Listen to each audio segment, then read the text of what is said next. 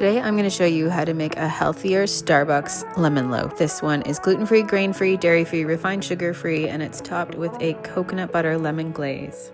We're going to start by zesting our lemons, but instead of zesting our lemons into a bowl or on a plate where you lose some of the essential oils, it's really nice to zest them over some of your dry ingredients. So here we have our 2.5 cups of almond flour.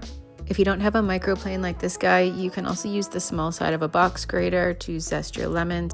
And when you've zested both lemons, make sure to check under your grater or your microplane to get off all that extra goodness.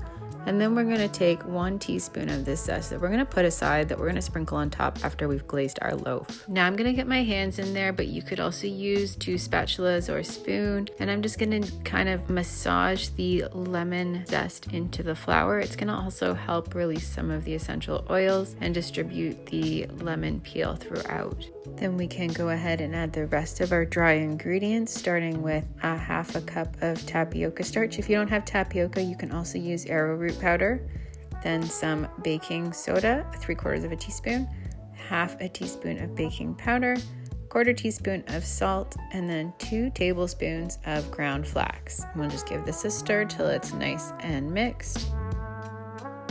Then we'll put it aside to work on our wet ingredients next.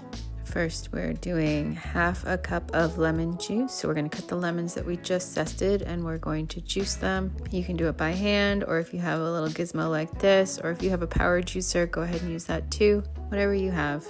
Once we've got our 1/2 cup of lemon juice, then we can gather the rest of our wet ingredients. We have 1/3 cup melted coconut oil and a 1/4 cup milk of choice. I'm using cashew milk, and 1 teaspoon of vanilla, and 1/3 cup of maple syrup, and our 1/2 cup of lemon juice. Give your wet ingredients a quick stir, and then we will add that to our bowl of dry ingredients. We're going to mix it until it's just combined, and then we're going to transfer it to a lined loaf pan and pop it in the oven.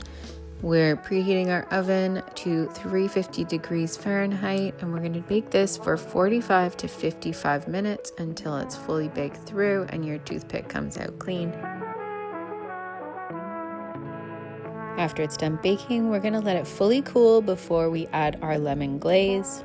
For our coconut butter glaze, we need our coconut butter, coconut oil, maple syrup, lemon juice, and milk of choice. We're using cashew again, and we're just going to combine everything, adding our milk and lemon juice last. We'll give it a really good stir now before adding the milk and the lemon juice. Go ahead and add them in now and give it another really good stir. You may notice it almost seems to separate or curdle, but just keep stirring and it will eventually come together. Now that you've got a nice smooth coconut butter glaze, we are going to top our lemon loaf. Go ahead and pour your glaze across the top of your lemon loaf, and then use a spoon or a spatula to spread it out to the edges and get it to drip over the sides.